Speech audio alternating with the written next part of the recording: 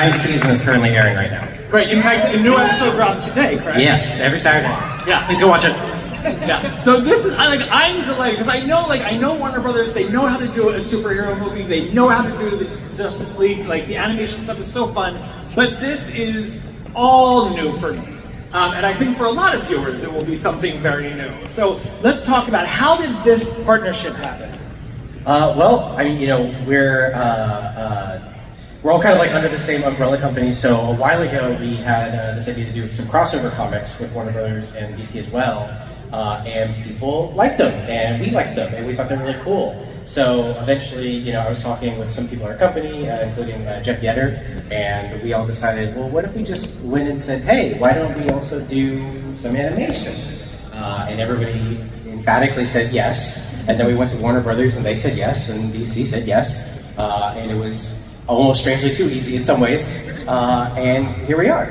It's so cool because also, what a great vote of confidence, because you could have gone to them and said like, oh, we want to do this, and then they could have given you, like a hero to team with, like a smaller group, but to give you the Justice League to play with them, that's huge. It was pretty incredible and also very intimidating.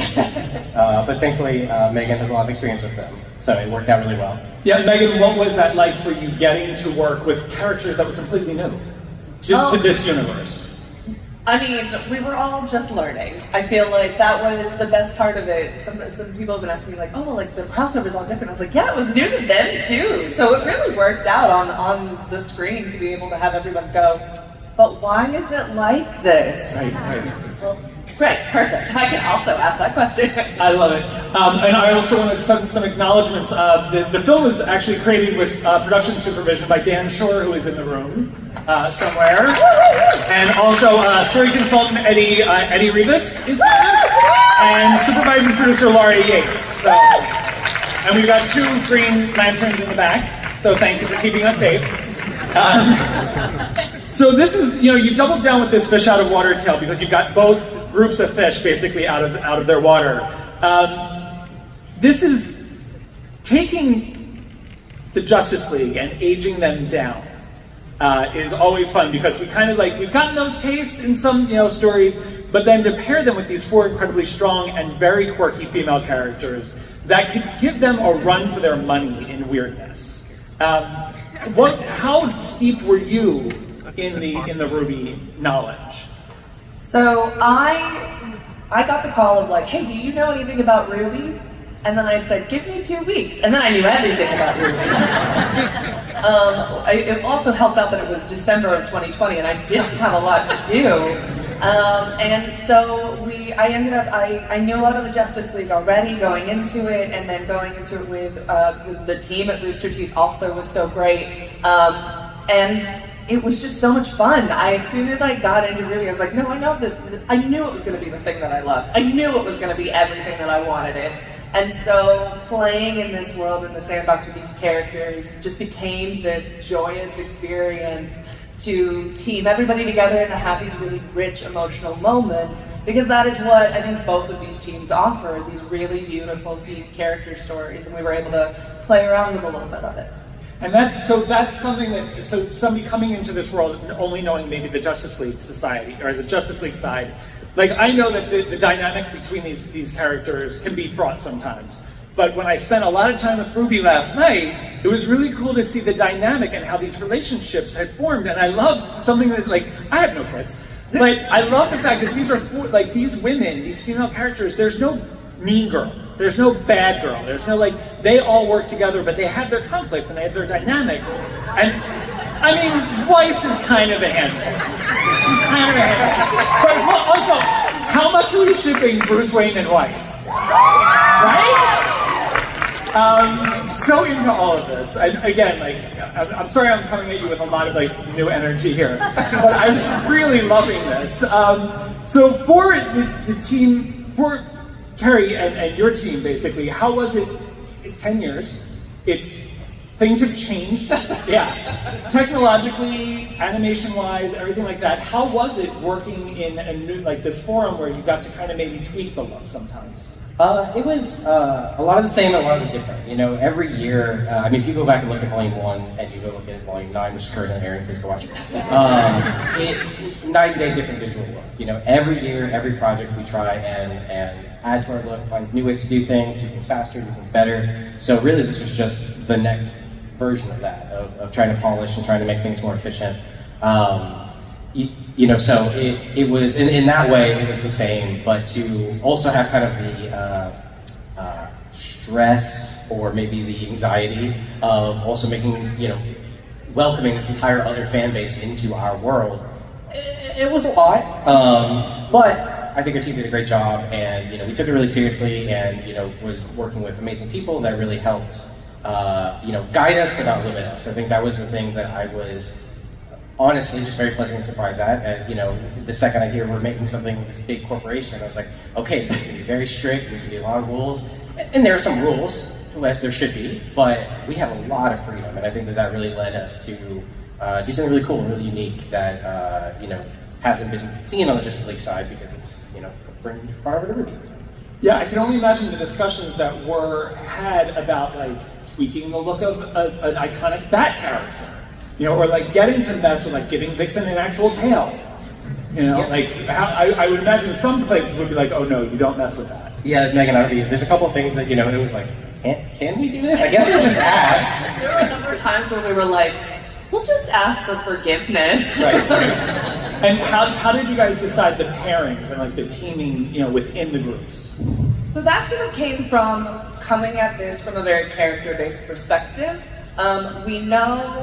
We knew that going into it, a lot of people would know the Justice League, but maybe they wouldn't necessarily know the girls, and that's really important because they're really great. And so wanting to match everybody, put everyone on an even playing field, and then looking at everyone from a character perspective, going, what two characters work together really well? What two characters need to give to each other? Something about like the Jean and Jessica pairing was something that was like, oh yeah, no, this makes sense based on the emotion that we want to accomplish with both of these characters. It therefore made sense to pair them together. And to Kerry's point, a lot of it came together so incredibly easy, which I think means that we're on the right track. For our Justice Leaguers, I know a couple of you have had experiences in anime. And superheroes. Jeannie, you have years of anime experience, and I hear that Tru Valentino is a Cuphead.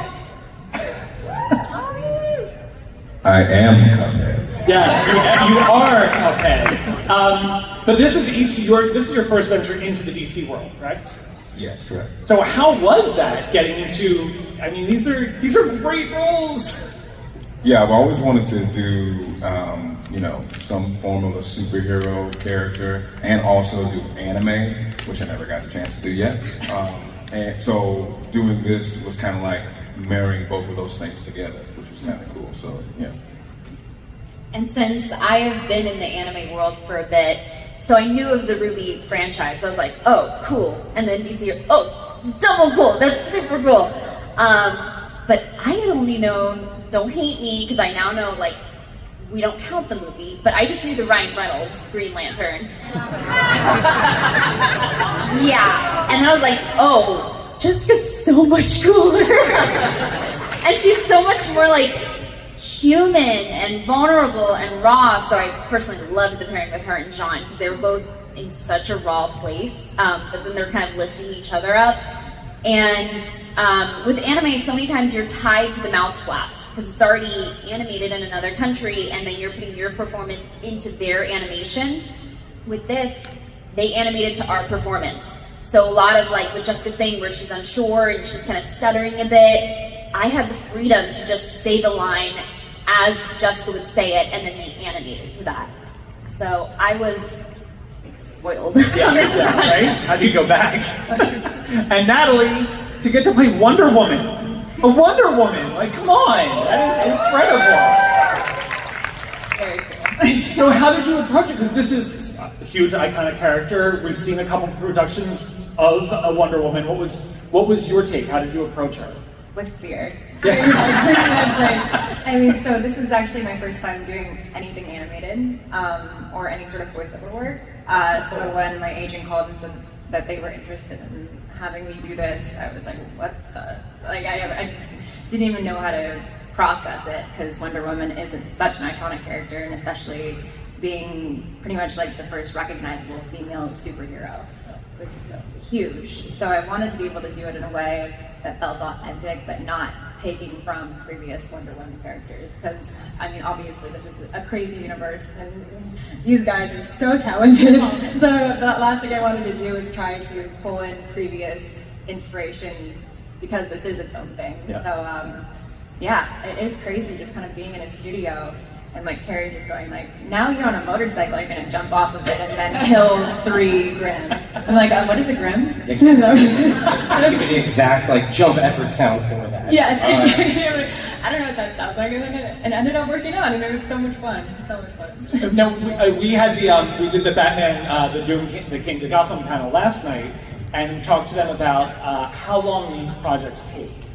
So what was your timetable? How long did it take from like conception and agreeing to put these 2 worlds together to this actual screening today? I don't remember. Do you remember when you started writing? I started, well, I came on, I heard about it December 2020, and then we started, I think, in January 2021, just talking about it, developing it, and writing it. That sounds right. Yeah. And then, Laura, I don't know if you remember. I have no idea. We, we wrapped a little bit ago in terms of just like the overall production. So it was, I want to say like a year or so. I'm going to be super wrong. I'm so sorry. I don't actually remember. Things are kind of a blur. Right, because at the same time you were actually making actual RWBY episodes. So we were balancing kind of, this project, the actual season. We really want to make sure that we weren't, crunching our team. We weren't, degrading the quality of any of these things. So different teams, like different steps of the pipeline in between, we're working on different shows at the time or different projects like this and then the series. But so it's been a pretty long process, all things considered. And now for the RWBY ladies. I'm such a fan of your work. And how was it, what was it for you guys to get to, what does this mean for you as far as the brand and the franchise and these characters? Because I'm assuming that there's a lot of interaction with you guys and Kerry as far as what this means for these characters. So what were you hoping you would get from this, and what did you see happening? Just working on RWBY proper, we've gotten to see the show evolve not only as its own intellectual property, but then branch off into different genres and formats. So I feel like this is just the next step in our adventure, but we could not be more overwhelmed and honestly just like humbled by the fact that we get to do this and interact with the literal monoliths behind the DC universe. So. Yeah, it's very surreal, I think, is like the word that I keep using today. It's so weird to grow up with Justice League and DC and to actually now be part of this team and part of this universe together. And also, I've always wanted to play a character that would simp over Wonder Woman, and I got to do that. So that was pretty cool, I gotta say. My character's got a thing for dark-haired ladies, what can I say? I think it's like really absolutely, crazy and something that, I kind of still say, is this real life? Is this really happening right now? This is so amazing and so cool and such a great opportunity. And I think fans, not only of, the RWBY universe, but also Justice League, will get the best of both worlds combined into one world. And it's a great, exciting opportunity. And I really am excited for everybody else to see. I'm kind of in the same Wonder Woman boat, to be honest. Wonder Woman was like my first Halloween costume that my mom made for me, and I used to watch the show with her. So it is surreal to be a part of something that we've been working on for so long is combined with something that the world has known for so long. So yeah, it's just very cool. I know you complimented our voice acting earlier. I'm like, we have had the honor of getting to work with so many incredibly talented voice actors, and this is absolutely no exception. Like Jeannie, Natalie, Tru, you guys are awesome. Nice. Absolutely. And for Jeannie, Natalie, and Tru, so I'm sure you guys have been asked a ton of times, like, what would be your semblance? But you guys, for the Justice Leaguers, what would you choose as your own personal semblance? I feel like Green Lantern, she literally gets to have like anything. Like her imagination is the limit. So I kind of want that. Because then if you can dream it, you can do it.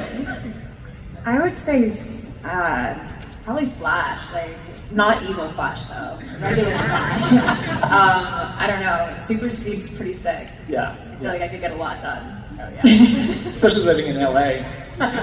Girl 5, no thank you. I just realized that we're on the big screen. So I just want to say, hi everybody, how's everybody doing?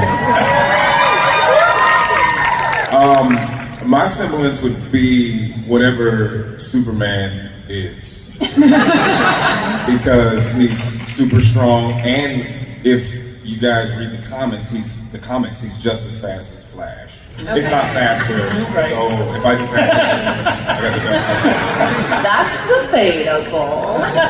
Okay, we have enough DC beefs going on right now. Let's not start a new one. Tru, you worked with Nathan Fillion, yes, who has also done a bunch of these Warner Brothers animated. Did he give you any advice on playing into the world? So I actually got that question was asked to me in an interview today, and I was like, oh, I didn't know he did. And I was like, that's so rude of Nathan not to tell me. And then the person was like, well, did you tell Nathan that you were working on this? I said, no, I did not. So I think me and him need to communicate better. Yeah. Dude, we can send you home with a DVD. Please do, yes. Yeah. Kerry, was there ever a discussion, what was the discussion like as far as where part 1 would be set? Well, I think, we've been doing RWBY, like you said, we've been doing RWBY for so long that I think, we were at first most interested in, what would it be like to bring Justice League characters over to Remnant, mainly because then we get to design cool new outfits for them. It was definitely a little selfish on my part, but, I think it was an interesting opportunity and also really wanted to have the opportunity to introduce this, DC fan base over to RWBY. But, I think the other way could be cool too. We'll see. Okay.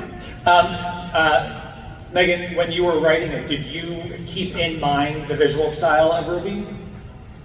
Not only did I keep the visual style in mind, I had a spreadsheet of everybody's names, everybody's semblance, everybody's weapons, everyone's colors, and then I put it on my computer so that wherever I was, I would know this is what they look like, this is what they do.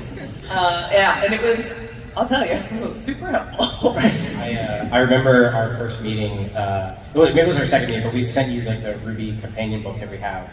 And it was, again, I can't remember if it was right before or right after, but the next meeting afterwards, you had it, and the spine was a little worn, and you could see sticky notes just sticking out all through it. And I was like, okay, cool, I think we're in good hands. Yeah. So the film obviously has a ton of action and a ton of comedy, but also a ton of heart. You're dealing with these characters, so it's very cool to de-age the Justice Leaguers and kind of force them to kind of revisit certain insecurities and certain things that we have as young people or had as young people. Currently have. Yes. So for the actors, how was it to how do you approach doing scenes where you're basically recording alone, but you're also trying to get to the heart of a very emotional moment? I mean, it all depends. We're too polite up here. It all depends on the scenario, of course. Obviously, we're very blessed to work with some incredible directors, including Kerry, who has been directing us ever since the beginning of RWBY. And especially for us, the Team RWBY, we know our characters just inside and out because we've been voicing these characters for 10 years. And so it's really easy to get into character, especially when you're like me and you sound just like her, you don't have to do much. But we just know them so deeply and so intimately, and being able to play off of people like Kerry, who are great directors, but also really good actors. So it almost feels like you're in the scene with them and you're immersed in that moment. It's great to be challenged as a voice actor, to be through all these different scenarios, and then to get to this movie where you're in a completely different situation. Just fun is all I could say. And I have to commend Kerry, Meghan, the team. I think making the decision to make these characters that are so well known, like RWBY and DC superheroes, to change them, to use a device that says you might know them, but you don't know them in this circumstance, in this situation. It not only refreshes the audience's mind of oh, this is actually a new iteration of this character I thought I knew, and now I'm learning more about them. But also for us actors, we didn't have to be tied to our preconceived notions of, oh, this is what Superman normally sounds like, because we're coming at it brand new. Superman as a teenager, Green Lantern as a teenager, and that allowed us to put a I think, a lot of ourselves into it and our own take onto a well-known character. You're talking about also just the preparation for the character too. I love narratively how it is that beautiful blend of two worlds that are, in a sense, unfamiliar to both teams, even though they know the area that they're in. And that allows the characters from each area to approach these challenges with completely new headspaces and learn from each other. But they still have the grounding, very human element of a lot of like conflict or internal just like struggles that we're dealing with, trauma. I know the anxiety aspect for Green Lantern spoke a lot to me, and even though they are high schoolers, they might have heightened emotions as adults, we still very much deal with those emotions on a daily basis. So I feel like it resonates with all audience members. Yeah. And it was very cool to watch because you forget that Wonder Woman, like, she grew up as a warrior, and these women are training to be warriors, so she knows exactly the challenges. And I loved it, and like, it's a very female-heavy story. And these female characters really were like supporting one another. Again, like I said, like there were no mean girls and there was no like turf battles.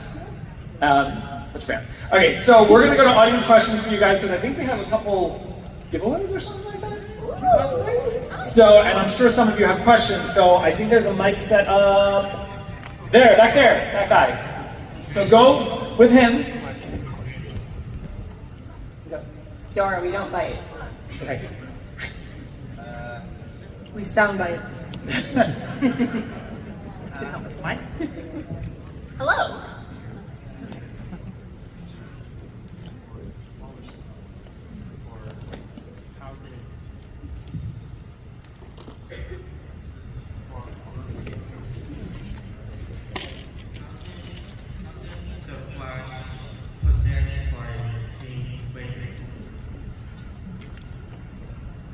Say it again, one more time. How did the Flash possessed by King Flicker? Kilgore, yeah. The Flash was possessed by Kilgore when they were fighting back when they were adults. We see that image of Kilgore holding Flash, and that's when he was possessed. Cool. All right. Thank you. Thank you.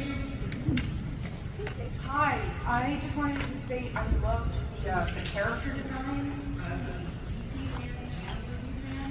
I just thought they were wonderful. I really encountered a back version of that. Yes. Oh, sorry. How did you guys decide on the costume design for the Justice Leaguers to make them blend? A lot of back and forth. Aaron Wynn, our director, did an amazing job working with all of our concept artists. We also had the original run of comics that I mentioned before that we were kind of able to draw some inspiration from as well. As dumb as it sounds, the first question was always, well, what would be the animated version of this character? Because that is at our core, what inspires us and what we kind of try to have Ruby to be. So I think it was kind of taking a look at what makes these character designs classic and iconic, and accentuating some of the features and just bringing the world, adding zippers and pouches. That usually helps a lot. Little bandana, just the more cloth and things, the better. Excellent. And where'd you go? Joe. We can't get you a Batman tattoo or anything like that, but Gary will have something for you over there. So go see him. All right, go ahead. Is this thing up? Okay. Hi guys, how's it going? Hello. Hi. So I'm a fan of the series. I'm still watching it, still catching up. It was just amazing seeing these two different. Oh, right. So I want to ask, what was your guys' favorite moment in the movie? My favorite was when Blake says, "You heard Diana, we're warriors." I was so cute. I love that. I know I mentioned it before, but when Diana picks up Oscar and she goes, "She's really strong," because I was also thinking that in that moment at the same time. I love when Weiss finally joins the whole rest of the team and goes and sees Ruby for the first time and reunites. I'd fight with you any day. So sweet. I'm not the biggest DC nerd because there is such a sea of like incredibly knowledgeable people here. However, with the knowledge that I do have, I fangirled watching it for the first time, and I did again when Jessica had her Green Lantern speech. I was like, oh yes, it's happening. I was gonna say, that was my moment. I fangirled. True. And of course, the big battle at the end was insane. My favorite moment was all of the action. Yeah. I thought the fighting animation was really cool, and since I like anime, that was good for me. I think that mine was probably when Diana gets like jealous for a second. It's kind of like fake nice, and like has that see her like teenage angst for a second, because I for sure have done that when I have been jealous of my boyfriend talking to other girls. So it, like, that felt very real to me. They're all my favorite. It's my baby. Right. I love all of the parts, and the parts are so good. Like, my favorite part is watching it done and how amazing everyone did, from Kerry to all of the amazing voice actors to Laura. Like, every single person did such a good job, and so the whole thing is my favorite. My real answer is the John Jessica scene. My fun, maybe actually secretly real answer is the Piano Man. The size of his moments. Where's he at? Where's that? I do need to change my answer. It is the Piano Man. That was a very dumb idea that myself and Richard Norman, our editor, came up with, and we're just like, doesn't make a lot of sense, but let's just do it. And then David Levy, who composed it, was like, all right, we'll just kind of, this is his moment to shine. Yeah. Go ahead. Hi. So just it was a question for mostly Batman's design. Like, I loved it and everything, but what was the whole concept behind it? Like, from his wings, from the echolocation eyes, and his acid spit, I think it was. Yeah, like it works, but how did you come up with it? Sure.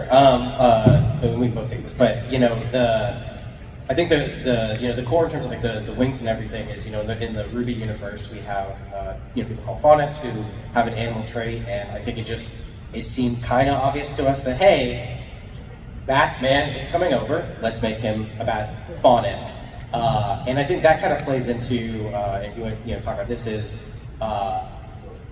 him being in this more like fantasy-like world, or in terms of like RWBY style, but also the digital world, is what can make him so different from his normal actual self.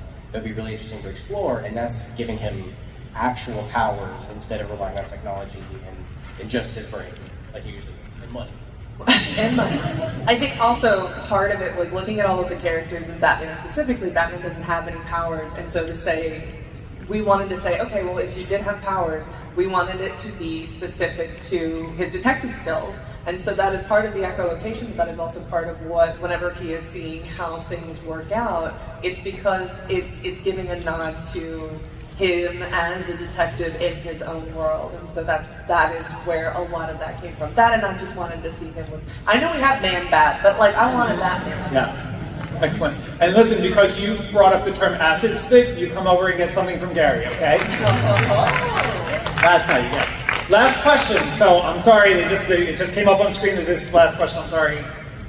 I've been watching RWBY since I was like 9, and I wanted to know, for the RWBY ladies, how does it feel being able to do something like this? Like, RWBY started as such a kind of simple animation show, and now I'm able to do something like this that's so big with the animation and style.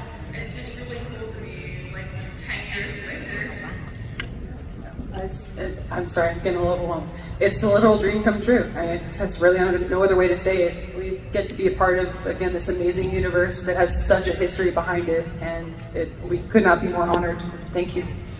Yeah. Also, the fact that you started watching when you were 9 and you're here as a full-grown adult Right. makes me feel very old. And thank you for continuing to watch for that. Yes, thank you for sticking with us for that whole time. But yeah, as Lindsay mentioned, it's absolutely mind-blowing and surreal, and it's such an honor to be part of this and to be able to grow our show and hopefully introduce RWBY to a whole new audience through this as well.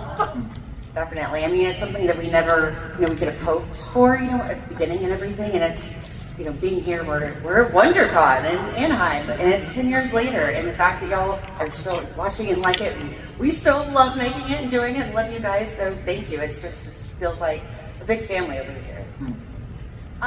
Truly, this show changed my life. Like, at the time I was in college, I was a barista, I was a journalism degree, which is not something I'm interested in at all. So I had like no trajectory, and I was very depressed. Not to say I'm not now, but it was also then. But this gave me purpose, and it gave me like the outlet to do what I just love doing. I've been acting my whole life, and this just made it possible. This literally changed my entire life. So it's wild to be here right now. Thanks for changing our lives, y'all. Yeah. So you can also go see Gary? Yeah. So I have to wrap this. So first I need to just say Justice League, RWBY, Superheroes and Huntsmen Part 1 will be available for purchase digitally and on 4K Ultra HD Blu-ray Combo Pack and Blu-ray on April 25th. Before we go, Kerry, what can you tell us about Part 2? Nothing. There we go. So that's what we leave you with. You guys, thank you so much. Congratulations. You guys are awesome. Have a great day.